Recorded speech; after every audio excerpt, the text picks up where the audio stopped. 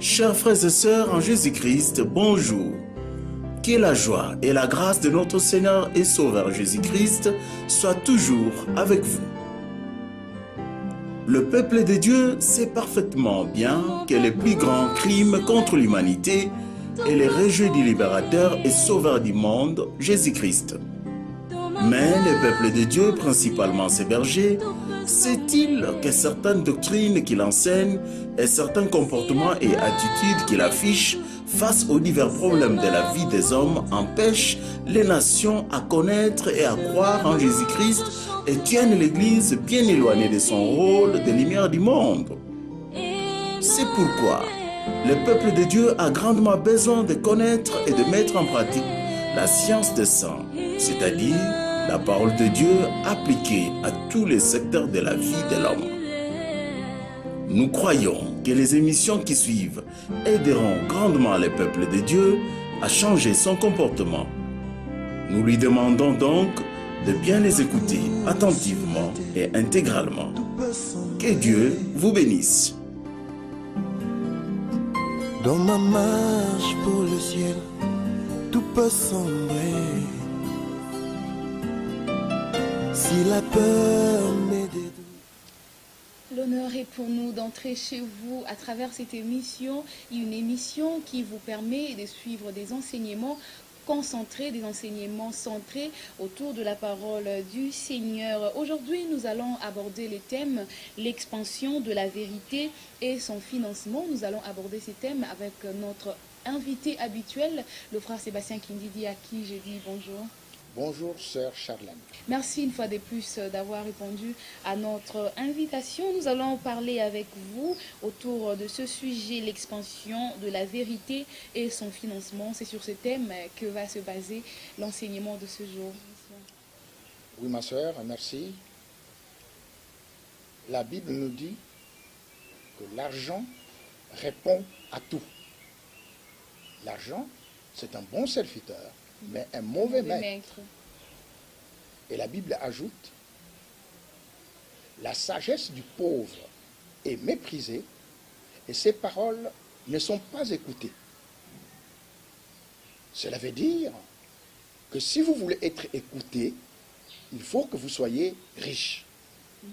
Ce sont des riches que l'on écoute. Il faut que vous ayez les moyens nécessaires pour que ceux qui vous écoutent croient que ce que vous dites est vrai. C'est cela le comportement des hommes de ce monde. Et quand vous connaissez la vérité, il faut la proclamer. Pour pouvoir la proclamer, il faut en avoir les moyens. D'où l'importance de ce thème,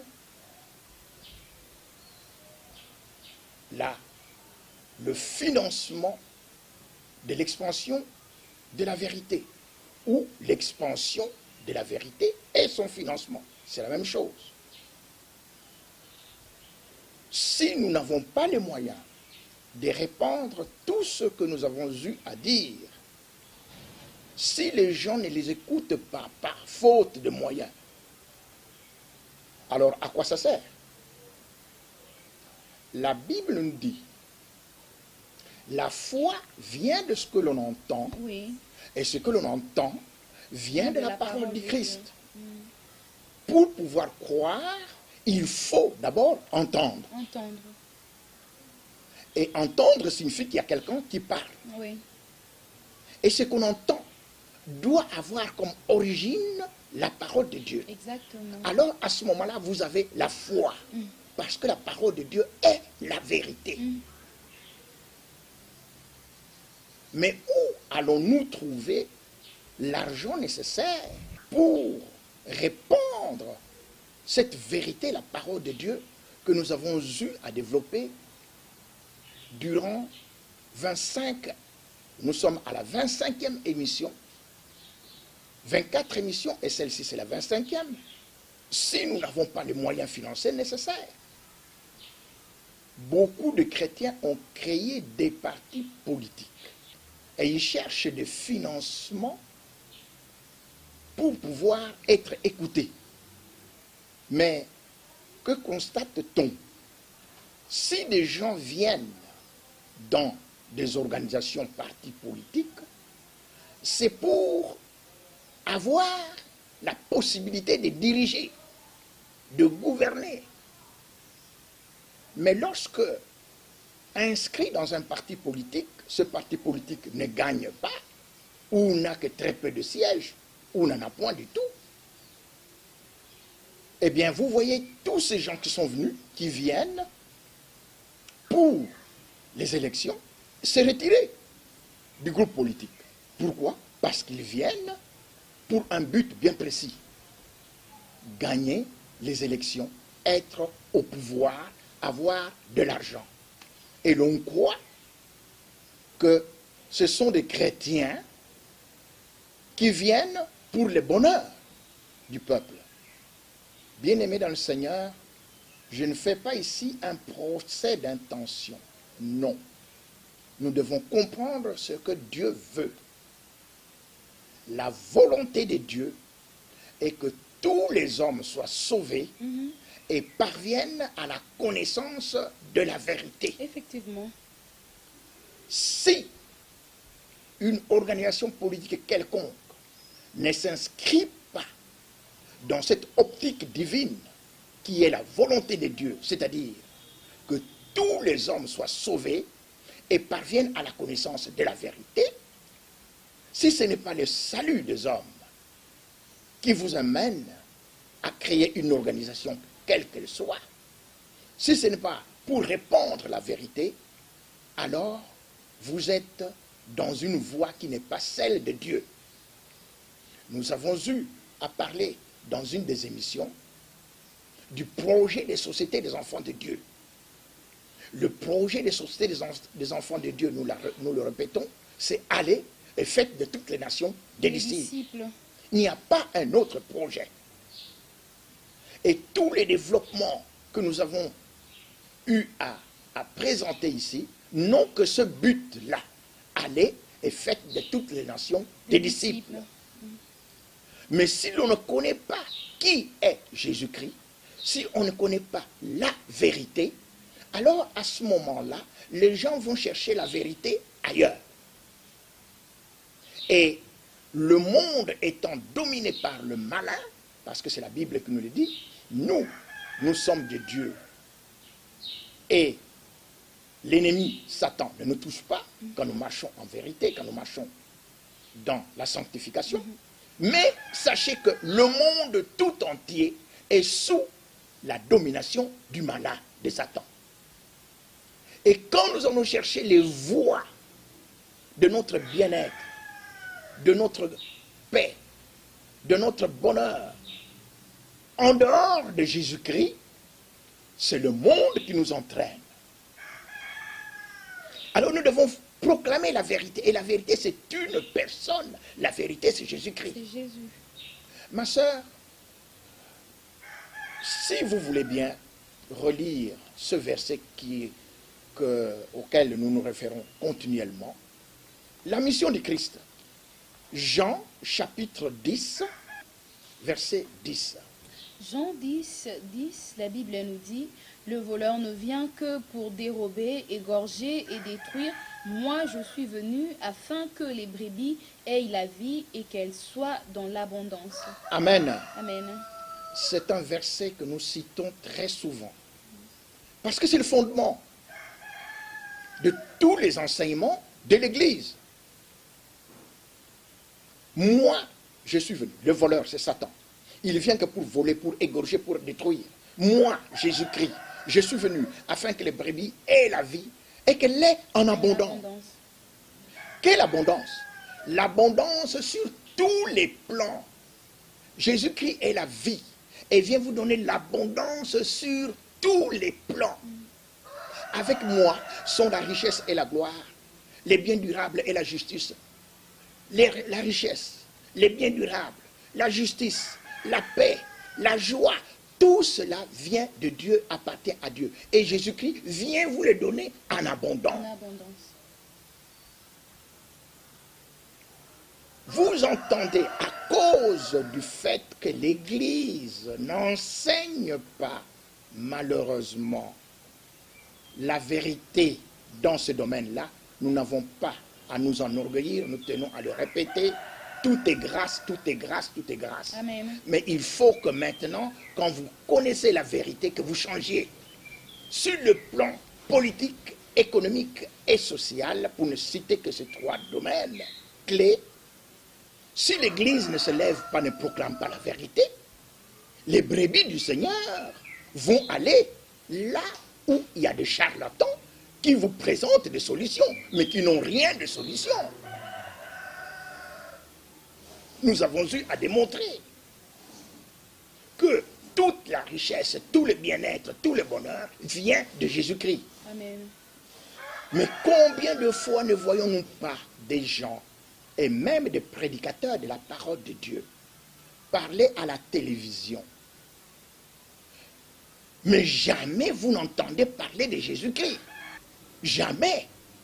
J'ai eu un jour à suivre une émission dans laquelle il y avait des funérailles d'un serviteur de Dieu, et d'autres serviteurs de Dieu sont arrivés pour parler de ce serviteur de Dieu qui venait de mourir. J'ai entendu 3 discours, aux 10 minutes, 20 minutes, des serviteurs de Dieu.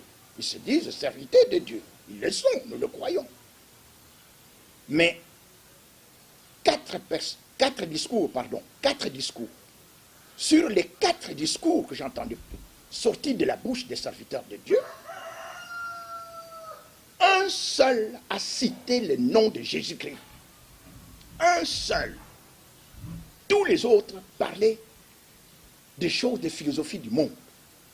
Et aujourd'hui encore, même chez des serviteurs de Dieu que vous croyez, qui sont loin, quand ils parlent, quand ils sont dans leurs églises locales, vous voyez qu'ils sont vraiment loin. Mais dès qu'il s'agit des problèmes de l'extérieur, problèmes du monde, fini, vous n'entendez plus jamais parler de Jésus-Christ. Pour eux, séparez-vous du monde, parce que nous devons nous séparer du monde. Ça signifie se taire. Dès qu'on parle, dès qu'on est à l'extérieur, eh bien on ne parle plus de Jésus-Christ. Mais c'est bien le contraire.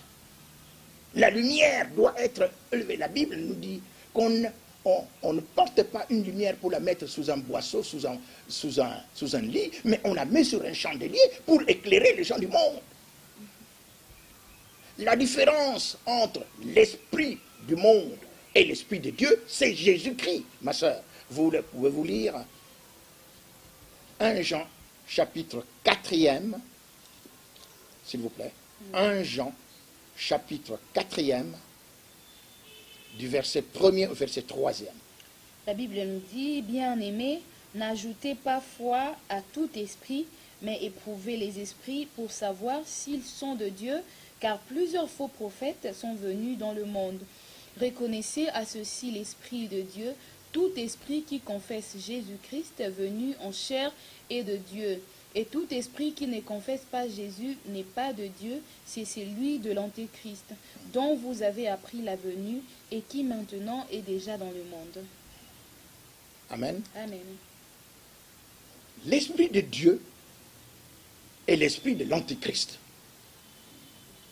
Faisons bien attention, distinguons bien les esprits. Quelqu'un fait un discours, il parle des choses du monde,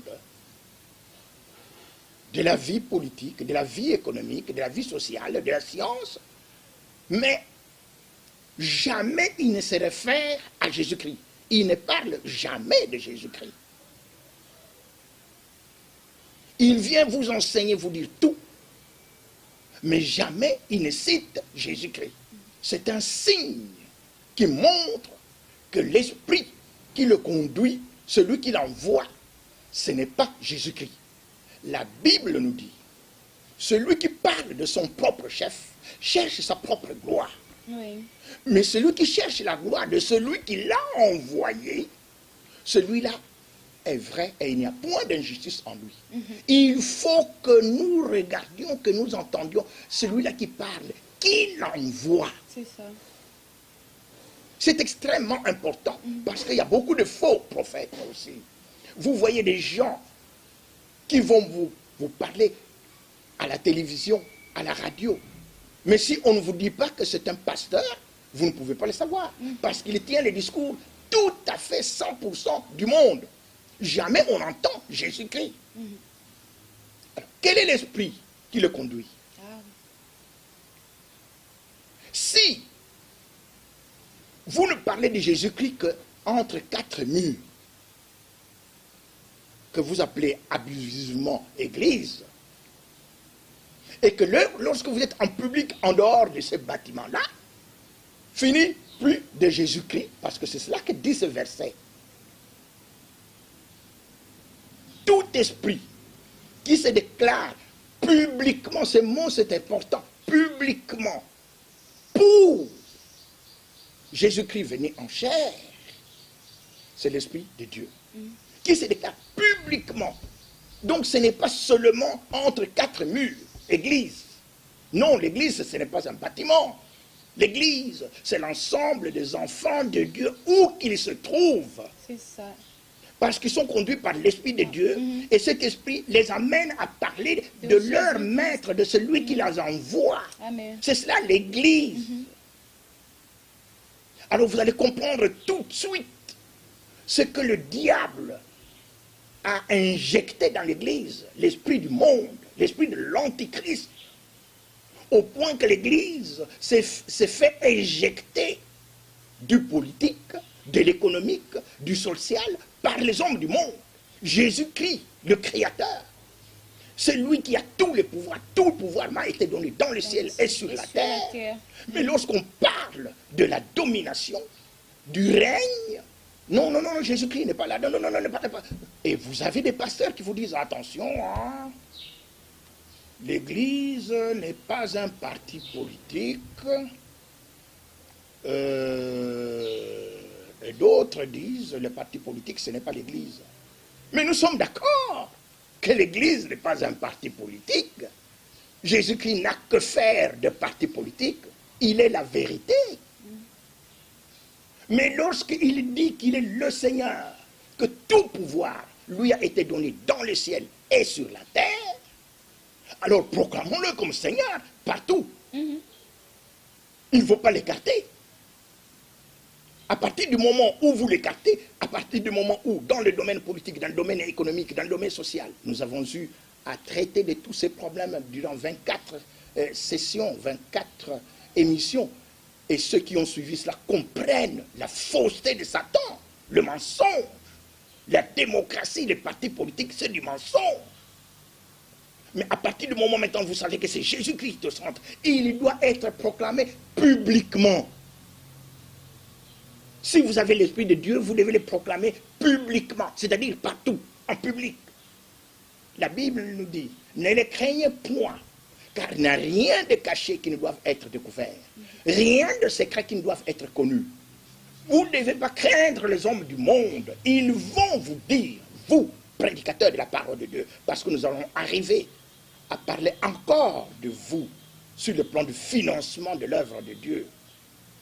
Ils vont vous dire que vous êtes en train de faire la politique, que vous êtes en train de mélanger ce qu'ils appellent la religion et la politique. Dites-leur clairement et franchement, ne les craignez pas. Dites-leur ceci, qu'il n'y a rien de caché qui ne doive être découvert, rien de secret qui ne doive être connu. Dites-leur que est-ce que vous allez enseigner la science à Dieu, qui est le maître de tout? La Bible nous dit, est-ce à l'Éternel que vous enseignerez la science? À lui qui gouverne les esprits célestes? C'est à eux à connaître la science. La science vient de la parole de Dieu, la science de ça. Alors maintenant, nous revenons à la question. Comment allez-vous trouver les moyens nécessaires pour véhiculer la vérité? La vérité doit être proclamée dans tous les domaines de la vie. Aujourd'hui, à cause de l'ignorance. Hélas, parce que nous ne faisons que croître. La Bible nous dit, croissons dans la grâce et la connaissance de notre Seigneur et Sauveur Jésus-Christ. Nous sommes des enfants, nous marchons, nous allons vers la perfection. Nous n'avons pas encore atteint. Mais il faut que quand on connaît quelque chose qui n'a pas marché, qui n'est pas conforme à la parole de Dieu, on l'abandonne pour suivre la parole de Dieu. Et non pas suivre le monde et qui vous dit la voix du peuple, c'est la voix de Dieu. Qu'est-ce que c'est? C'est sottise. La voix du peuple, c'est la voix de Dieu. Que cela ne sorte plus jamais de la bouche du chrétien. La voix de Dieu, c'est la voix de Dieu. Et la voix du peuple, c'est la voix du peuple. Il n'y a pas à mélanger. Mes pensées ne sont pas vos pensées. Et vos voix ne sont pas mes voix. Ô berger, bien-aimés dans le Seigneur, c'est vous qui devrez rassembler les brebis du Seigneur, qui cherchent ailleurs ce que vous aurez dû leur dire. Parce que si les brebis sont en divagation, la Bible nous dit que nous étions comme des brebis sans berger, chacun cherchant sa propre voie. Mais c'est à cause de vous. Mais parce qu'il n'y a pas de berger, les bergers ont démissionné. Les bergers sont partis, ont pris la fuite. Ils se comportent comme des mercenaires. On ne les entend pas. Et les voleurs, les brigands, les loups viennent les disperser. Les bergers où étaient partis? La Bible nous dit, maudit soit celui qui fait l'œuvre de l'Éternel avec négligence. Maudit soit celui qui retire son épée du carnage. Vous êtes envoyés au combat. Vous avez la parole de Dieu, qui est l'épée de l'esprit. Et vous ne parlez pas. Vous êtes entraînés et vous regardez vos brebis qui sont en train d'être dispersées et vous ne dites rien. Maudit soit celui qui retire son épée du carnage. C'est un carnage. Satan vient pour tuer, pour égorger, pour détruire. Et vous ne dites rien. Où? Mais dans tous les domaines de la vie. Et notamment dans ce domaine où on a exclu Jésus-Christ, le domaine politique, économique et social, alors qu'il est le Seigneur. Tout pouvoir lui a été donné dans les cieux et sur la terre. C'est quand vous comprenez cela que vous n'allez plus vous poser des questions de savoir, mais où va-t-on trouver le financement des activités de Dieu dans le domaine politique, économique et social. Pourquoi? Mais parce que vous êtes un envoyé du Seigneur, de Dieu. Et Dieu vous demande d'être parfaitement unis. La parole de Dieu, vous voyez, nous voyons, et notamment dans notre pays, beaucoup de gens qui disent avoir été appelés par le Seigneur. Voilà, le Seigneur m'a parlé, Dieu m'a dit, c'est moi, je dois être ceci, c'est moi, c'est moi. Dieu vous a dit, bon, mais nous n'avons rien entendu. Et nous voulons que Dieu nous dise ce qu'il vous a dit. Mais si vous n'avez pas la parole de Dieu, comment est-ce que vous allez dire quoi? Vous allez dire, non, c'est moi, il m'a parlé dans la nuit, il m'a dit ceci, c'est vous, c'est vous. Et nous avons vu, et nous continuons à voir cela. Des partis politiques qui se combattent, ils se disent chrétiens, et moi, envoyé par un tel, envoyé. Et ce qui va vous donner à certains qui sont encore peu faibles, et qui sont encore des enfants, ils viennent vous dire, mais pourquoi avoir une organisation de chrétiens? Pourquoi être ensemble? Est-ce que ceux qui sont là-bas, qui dirigent, ne sont-ils pas des chrétiens? Mais où est-ce que nous allons? Nous voyons que ça ne marche pas, donc ce n'est pas un problème des chrétiens. Ceux qui disent cela, et même qui prêchent la parole de Dieu, la question est de savoir, quand ont-ils reçu Jésus-Christ dans leur vie comme Seigneur et Sauveur? Quand ont-ils reçu l'Esprit de Dieu? Parce qu'on ne devient pas chrétien par le baptême. On devient chrétien par la foi en Jésus-Christ. Et lorsque vous avez la foi en Jésus-Christ, que vous vous abandonnez à lui, que vous abandonnez la vie du péché, il vous envoie l'Esprit. C'est le Seigneur qui le dit. Et l'Esprit Saint, c'est ça qui fait la distinction entre le païen et vous. Si vous n'êtes pas conduit par l'Esprit Saint, vous n'êtes pas enfant de Dieu, vous n'appartenez pas à Christ. Celui qui n'a pas mon esprit, qui n'a pas l'esprit du Christ, ne lui appartient pas. Alors vous cessez de faire ces jugements d'enfants. Quand vous voyez des gens qui parlent, et oui, mais ils sont tous des chrétiens, ah, mais le pays ne marche pas. Depuis quand sont-ils chrétiens? L'Esprit de Dieu, où est-il? Parce que c'est l'Esprit de Dieu qui va les conduire à proclamer Jésus-Christ. Mais lorsqu'ils disent que l'Église est séparée du politique, l'Église est séparée de l'État, où est l'Esprit de Dieu? L'Église est au milieu du village, où est l'Esprit de Dieu? Non, Dieu vous dit, vous êtes la lumière du monde. Dieu vous dit, vous serez la tête et non la queue. Voilà. C'est ça l'Esprit de Dieu. Tout esprit qui ne se déclare pas publiquement pour Jésus-Christ, venu en chair, c'est l'esprit de l'Antéchrist. Mais tout esprit qui se déclare publiquement, cela veut dire que ce n'est pas seulement entre quatre murs qu'on appelle abusivement l'Église, mais même en public que vous devez parler de Jésus-Christ. Jésus-Christ le Sauveur, Jésus-Christ le Libérateur. Durant les 24 émissions, nous avons parlé de l'œuvre de Jésus-Christ. C'est lui et lui seul qui sauve, il n'y a pas un autre. Alors, quand vous comprenez cela, que tout se trouve entre les mains de Jésus-Christ, quand vous comprenez que nous avons tout pleinement en lui, et c'est en lui seul, quand ces gens qui parlent sont envoyés de Dieu et non pas se proclament eux-mêmes envoyés de Dieu, il faut qu'on voit les preuves qu'ils sont envoyés de Dieu. Ils parlent de Jésus-Christ, ils ne parlent pas de leur parti, ils ne parlent pas d'eux-mêmes, ils parlent de Jésus-Christ. Si c'est Jésus-Christ qui les envoie, vous entendrez la parole de Dieu. Vous ne pouvez pas être envoyé par Jésus-Christ et commencer à tenir des philosophies, des discours des hommes. Si c'est Jésus-Christ qui vous envoie, vous parlez de la part de Jésus-Christ.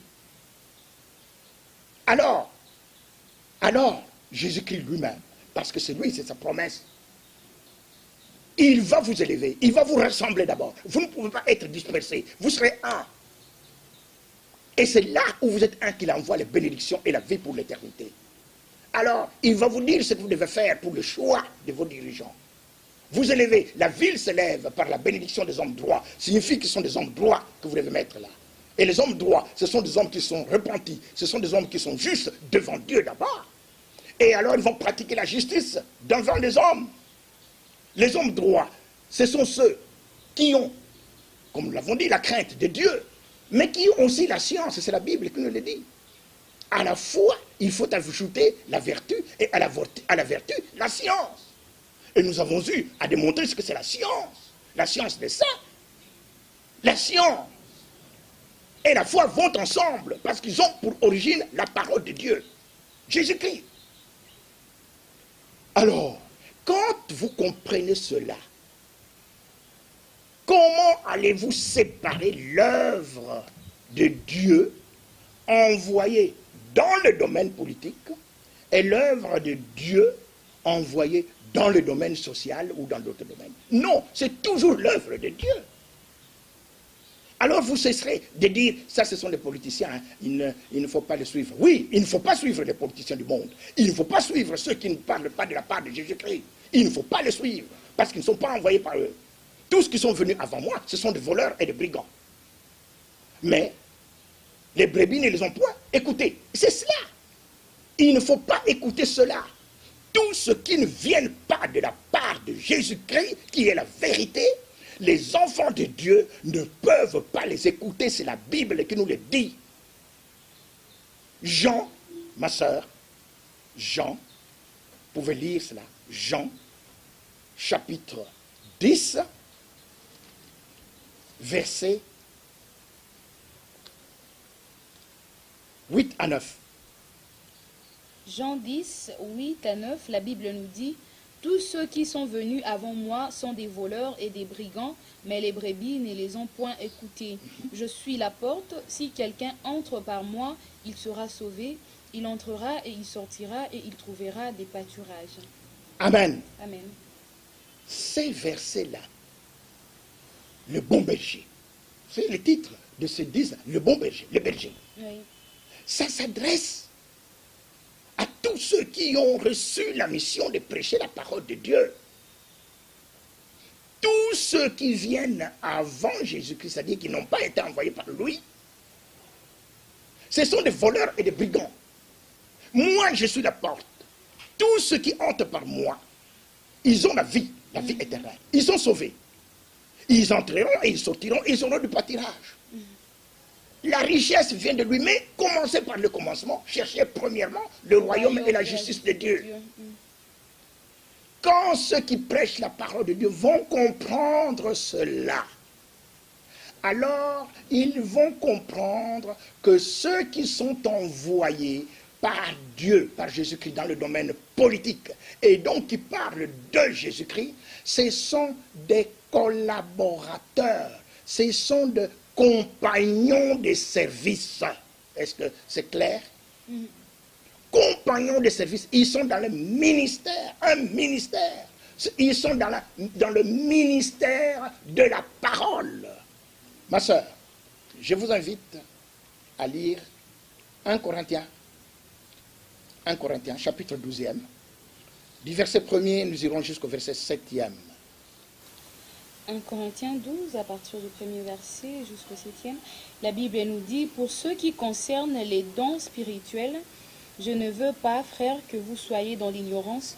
Vous savez que lorsque vous étiez païens, vous vous laissiez entraîner vers les idoles muettes, selon que vous étiez conduits. C'est pourquoi je vous déclare que nul, s'il parle par l'Esprit de Dieu, ne dit « Jésus est anathème » et que nul ne peut dire « Jésus est le Seigneur » si ce n'est par le Saint-Esprit. Il y a diversité de dons, mais le même Esprit, diversité de ministères, mais le même Seigneur, diversité d'opérations, mais le même Dieu qui opère tout en tous. Or, à chacun la manifestation de l'Esprit est donnée pour l'utilité commune. Amen. Amen. Diversité des dons, diversité des ministères, mais c'est le même chef, le même Seigneur. À chacun, le don de Dieu est donné pour l'utilité commune. Quelle est cette utilité commune? C'est aller, faites de toutes les nations des disciples. Mais avec différents ministères, différents dons. Et ceux qui sont envoyés par Dieu pour parler de la part de Jésus-Christ dans le domaine politique, dans le domaine économique, dans le domaine social, ils ont le ministère de la parole. Ma soeur, Actes, chapitre 6e, verset 1 à 4. Actes, chapitre 6, verset 1 à 4. Actes 6, 1 à 4, la Bible nous dit, « En ce temps-là, le nombre des disciples augmentant, les hellénistes murmurèrent contre les Hébreux parce que leurs veuves étaient négligées dans la distribution qui se faisait chaque jour. Les 12 convoquèrent la multitude des disciples et dirent, « Il n'est pas convenable que nous délaissions la parole de Dieu pour servir aux tables. C'est pourquoi, frères, choisissez parmi vous sept hommes de qui l'on rende un bon témoignage, qui soit plein d'Esprit Saint et de sagesse, et que nous chargerons de cet emploi. Et nous continuerons à nous appliquer à la prière et au ministère de la parole. » Amen. Amen. Il y a plusieurs ministères, plusieurs dons. Vous êtes tous des disciples quand vous êtes envoyés par Jésus-Christ pour proclamer sa parole. Exactement. Quelle que soit la situation où vous vous trouvez, vous êtes disciples. Disciples. Ils étaient nombreux, mais tous n'enseignent pas. Il y a des gens qui ont le don d'enseignement, le don de gouverner. Nous n'avons pas le temps de le lire. Le don de gouverner, c'est un don de enseigner. Il faut, l'exemple nous est donné par David, le roi selon le cœur de Dieu. C'est-à-dire, c'est celui-là, c'est le modèle que Dieu veut. Qu'est-ce qu'il dit? J'enseignerai tes voies à ceux qui les transgressent. J'enseignerai. Vous ne pouvez pas être envoyé de Jésus-Christ sans enseigner Jésus-Christ dans le domaine politique, dans le domaine économique, dans le domaine social, dans le domaine scientifique, parce que tout est là. Il est là, partout. Alors, cessons de faire cette distinction séparée, l'Église de l'État. Ça vient de Satan. Et vous, prédicateurs de la parole, comprenez que ceux qui parlent de Jésus-Christ dans tous ces domaines-là, ce sont vos compagnons de service. Ils sont disciples comme vous. Mais ils ont reçu aussi d'autres dons. Les dons pour l'édification de l'Église, pour le perfectionnement des saints, les 5 ministères dons à l'Église, les apôtres, les prophètes, les évangélistes, les pasteurs et docteurs. Ceux qui ont le don de gouverner ont également ces dons-là, ou en partie. David, le roi selon le cœur de Dieu, était prophète, était sacrificateur, c'est-à-dire enseignant, et il était roi. Ce sont des dons de Dieu. Il n'y a pas à les séparer, mais il faut avoir l'esprit de discernement pour savoir ce qui vient de Dieu et ce qui vient de l'ennemi. Et c'est vous, prédicateurs de la parole, pasteurs, qui devez avoir ce don de discernement pour ne pas diviser le peuple de Dieu. Et vous, qui vous êtes de ceux qui croyaient ou qui avez reçu réellement le don de gouverner, sachez que pour gouverner, il faut avoir la science qui vient de Dieu. C'est la science de ça. Et alors, quand vous avez cette science de ça, elle vous emmène à mettre en pratique ce que Dieu dit. Signifie ne pas être divisé. Ici, parti politique chrétien. Là, parti politique chrétien. Là, chrétien. Là, chrétien. Et même de païens, partout, des chrétiens. Mais non. Dieu vous dit, soyez parfaitement un. C'est alors que là, je vais envoyer mes bénédictions. Là, vous aurez la vie. Mais si vous-même, vous êtes complètement dispersé, comment voulez-vous qu'on ait confiance en vous? On comprend que vous puissiez être chassés des églises qu'on ne puisse pas vous regarder. Mais alors la question principale maintenant, avez-vous le don de discernement, vous, prédicateurs? Et vous, qui vous dites, homme politique envoyé par Dieu, c'est Dieu qui m'a envoyé. Quelle est la science que vous donnez, que vous enseignez aux autres pour qu'ils croient que c'est Dieu qui vous envoie? Parce que Dieu enseigne sa science. Sa science, c'est la science des saints. Et c'est cette science, nous dit la Bible, qui libère l'homme. Par sa bouche, l'impie perd son prochain. Mais les justes sont délivrés par la science. C'est ce que nous avons vu à expliquer durant ces 24 émissions. Nous sommes à la 25e. Si vous n'avez pas la science de ça, ne prétendez pas pouvoir diriger. Il faut que vous la preniez. Vous êtes peut-être appelé par Dieu pour le gouvernement, mais si vous n'avez pas la science de ça, vous allez commencer par où? Et si vous êtes appelé par Dieu, alors respectez ce que Dieu vous dit. Soyez parfaitement unis. Alors c'est là qu'on va envoyer des bénédictions. Alors, les églises locales vont se sentir obligés, parce que c'est Dieu qui les leur demande.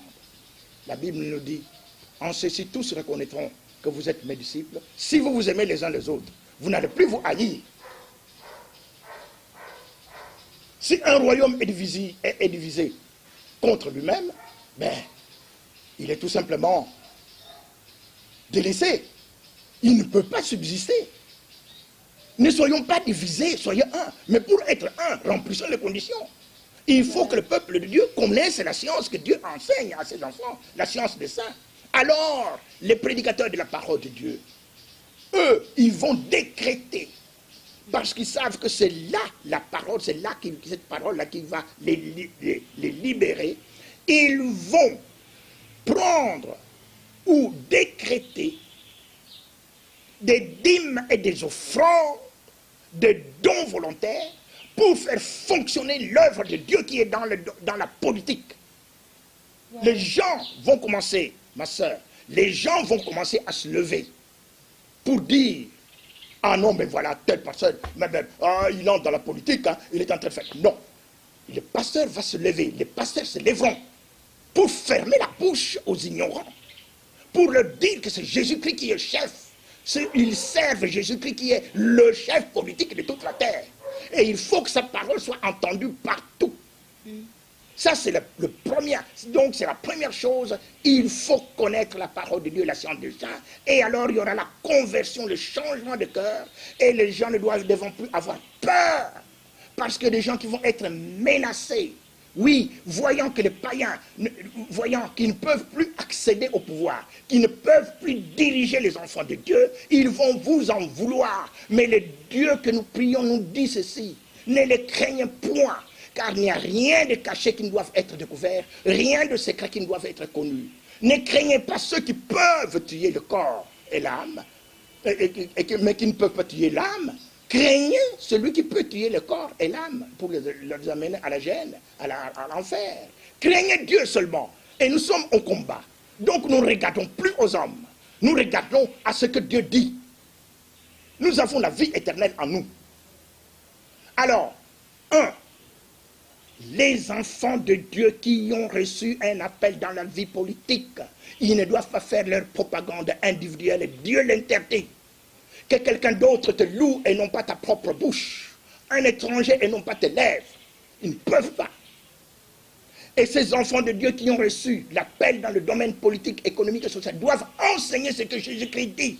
Parce que Jésus-Christ est la lumière. Jésus-Christ est la vérité. Et l'Église, le corps du Christ, l'Église, de son côté, soutient, parce qu'ils sont ensemble, ce sont des compagnons de service. Il soutient ceux qui ont reçu l'appel de Dieu dans ce domaine-là.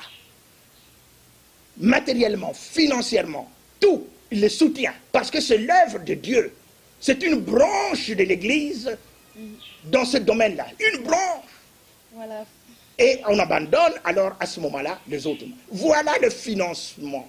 Au lieu de commencer par chercher des cartes de membres. Non, prêchons d'abord la vérité et les membres viendront. Alors, un dernier aspect. Même les païens vont venir. C'est la Bible qui nous le dit. La Bible nous dit: faites-vous des amis avec des richesses injustes. Ils vous accueilleront dans le paradis céleste lorsqu'elles viendront à vous manquer. Vous devez attirer tout le monde, qu'il soit pauvre ou riche, parce que c'est votre mission d'appeler tout le monde. Et beaucoup d'intellectuels, beaucoup de gens ont créé des partis politiques, vont dans des partis politiques, parce qu'ils ignorent la vérité.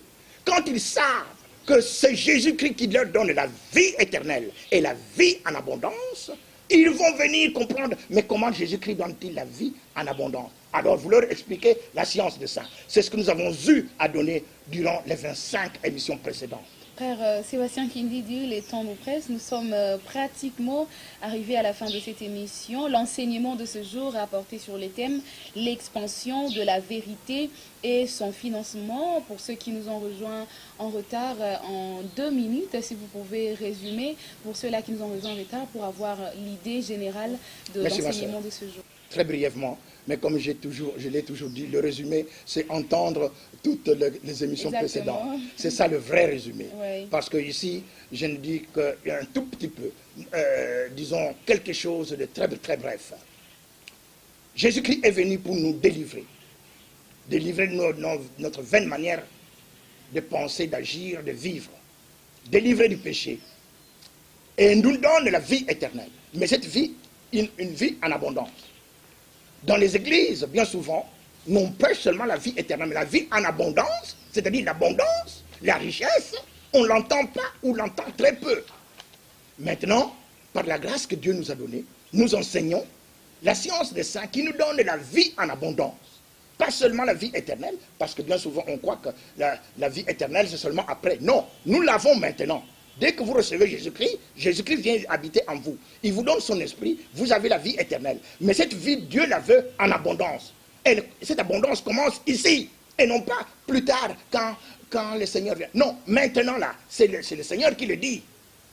Alors, mais comment vous allez l'avoir, cette vie en abondance? Vous allez l'avoir en mettant en pratique la parole de Dieu. Et vous allez exclure ce que les philosophies du monde vous ont communiqué. Voilà. C'est-à-dire, par exemple, la liberté selon le monde. Allez là où vous voulez. Non. La liberté que Jésus-Christ nous dit, si vous demeurez dans ma parole, vous êtes vraiment mes disciples, vous connaîtrez la vérité et la vérité vous affranchira. Cela veut dire que c'est la connaissance de la parole de Dieu, la vérité, qui vous rendra réellement libre, qui vous donnera la richesse, qui vous donnera la paix, qui vous donnera la joie, qui vous donnera le bonheur, qui vous donnera le bien-être. Voilà. Tout pleinement en Jésus-Christ. Voilà, merci frère Sébastien Kindidi pour l'enseignement de ce jour qui a porté sur l'expansion de la vérité et son financement. Nous sommes pratiquement arrivés à la fin de cette émission. Comment vous contacter, frère Sébastien Kindidi? Et pour ceux-là qui ont des préoccupations et pour d'autres qui penseront même soutenir cette œuvre? Oui, notre numéro de téléphone apparaît toujours dans tous les DVD. C'est le 09999 49 40 158 09999 40 158. Vous pouvez également contacter le frère Jean-Pierre Bouendois au numéro 09 98 17 02 67, le 09 98 17 02 67, soit vous pouvez contacter le pasteur Jean-Pierre Binda au numéro 09 98 68 2000, le 09 98 68 2000, soit au 089 53 58 870, le 089 53 58 870. Merci pour l'attention soutenue que vous nous avez accordée tout au long de cette émission. Je sais que chacun de nous a tiré sa part. Nous sommes pratiquement arrivés à la fin de l'enseignement de ce jour. Une fois de plus, merci de l'avoir suivi et bonne suite des programmes sur votre chaîne. Merci également à Glody Louindoula qui a assuré la réalisation de cette émission. On se retrouve très prochainement si les seigneurs tardent à venir. Dans ma marche pour le ciel, tout peut sombrer. Si la peur m'est